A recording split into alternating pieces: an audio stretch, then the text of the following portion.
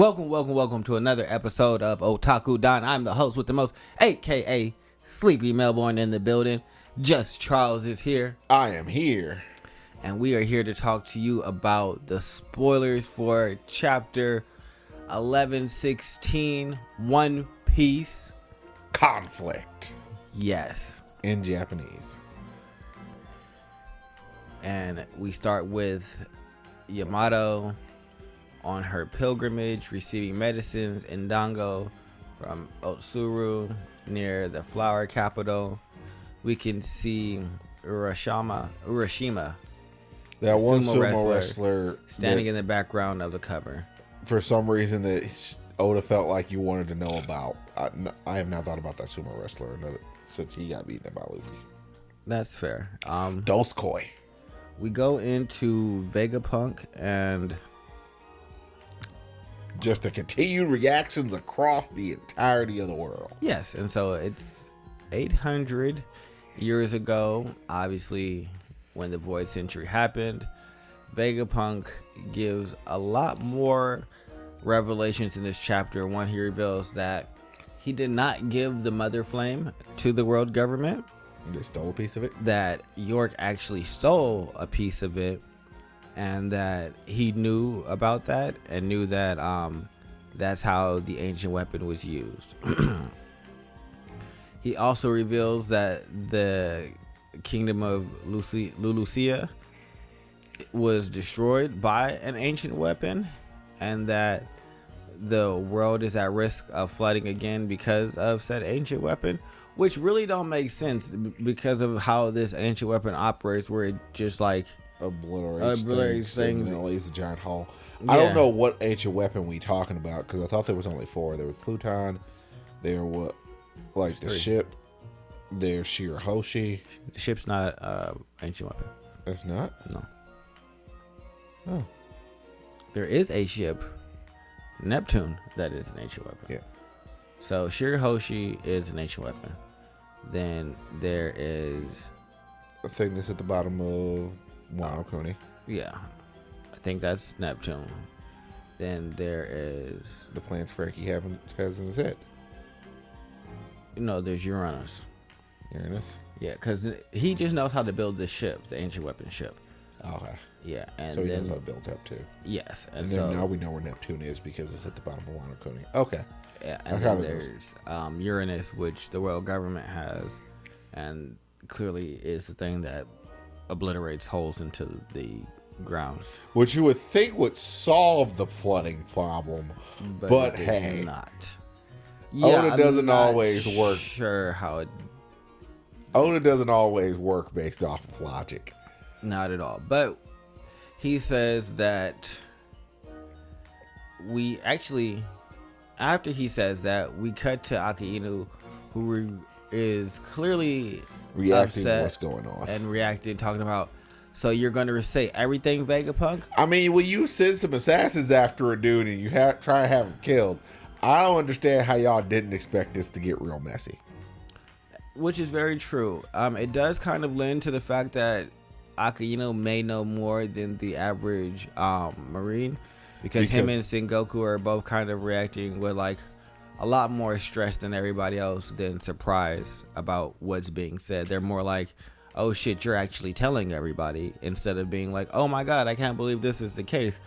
Which my only issue with Sengoku also having known this is like, so are y'all okay with just the world just going to be flooded consistently? Like, that's a part of this. Like, ultimately, we don't know how long they've had it, and we weren't interacting with a lot of the stuff. Like, I mean, it would have been nice if Benimaru would have said something about the Mother Flame. Honestly, this entire situation is this entire problem came about because we have a traitor of a Vegapunk clone. Like, none of this would have actually been an issue that they needed to worry about until dude decided to smuggle a piece of the Mother Flame off. That's true. And that person was York. York is shocked that Stella knew about the Mother Flame being stolen, since she didn't synchronize any of her secret activities to Punk records. She also deduces where Vegapunk hid the special Dendemushi, telling the 5 elders that the ancient robot is currently protecting it. Which finally, I'm happy to see that we're going to get a So conflict. that ancient robot definitely did just stand up and do nothing. And so it's probably protected that just... Nah, it's a quadruple cell game. That'd be amazing. It's like, he ain't gonna go, we destroyed this iron robot. Why did y'all pick, oh, wait, no, you guys had to pick the dumbest Vegapunk because no one else would have listened to you. Also, Joy Boy planned to pass on all 3 ancient weapons. This revelation is the reason that Vegapunk isn't sure if Joy Boy was good or evil. I think it was out of a sense of good. If we keep hold of these, then no one can use them for world destruction, aka... Yeah, how about we just blow the damn things up and be done with it? I hate that stupid continuous justification to people. Well, like, if we hold I on would assume that they're kind of like the poneglyphs and indestructible. And you can't. We just gonna keep killing mermaid princesses? bro, Because one of them is... I don't know how Shirahotzi is an ancient weapon. Oh, because she controls... Well, no, I understand what she does. I don't understand how she does it and how she came about. Oh, it's so... If it's just a bloodline thing, Yes. then I wouldn't really qualify her as an ancient weapon. It's just like, yeah, Every we got couple these of group years- of people who can like sing to the Sea Kings and just summon the damn things. Well, no, it's every couple of years, one of the princess mermaids has that ability. So it's not all the time that they can do it. And that's what makes them an ancient weapon, is that they're a rarity and that they can control. So basically, all ancient what makes you an ancient weapon is having the ability to destroy the world. Which is basically, that's not using that. They're Well, for using it as a Shirahoshi- noun, and it's more. They're More of a they're using a verb. noun as an adjective. Yes.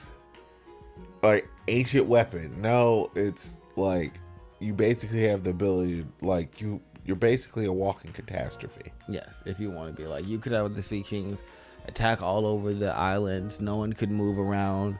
You could really just make life... You could tear down the red line if you wanted to. You could stop everything. So that's what all 3 of them can do, basically, is destroy the world. So that's why she's one. So for me, it's like, you can't really get rid of her. Like, are you really just gonna keep killing them? That's wild, sir. I mean, that's very second you Hokage. That's very second Hokage of you. It's just like, Very second Hokage of you. That's all I gotta I mean, say. honestly, it puts into perspective the treatment of the fishermen ad nauseum. I mean, Because yeah. if you enslave the entire race, basically, then you can control that ancient weapon. Yeah, I mean, I understand why it happened. I'm just saying that's very second Hokage of them. And then you have like, you have CP9 showing up to Water 7 to get their hands on the Neptune. Like, honestly, it actually brings the entirety of the world government in a very stark contrast. Every single move that they've made is basically get your hands on these ancient weapons. Yes, we also get Vegapunk revealing the truth that Roger's crew knew all about what happened in the world history, even things that he doesn't know. And he's surprised about why they didn't tell anybody anything or why they didn't act, which is the end of his speech for this chapter. We get a little interaction from Roger, kind of having some murmurings while he's drunk. No, Rayleigh, the Rayleigh. Dark King, the strongest man that's on earth. Complaining about Vegapunk ruining Being a the spoil excitement. sport, basically. Yes. But that is the end of the chapter. Editor's note: he who knows the truth simply laughs. End of the chapter. Break next week.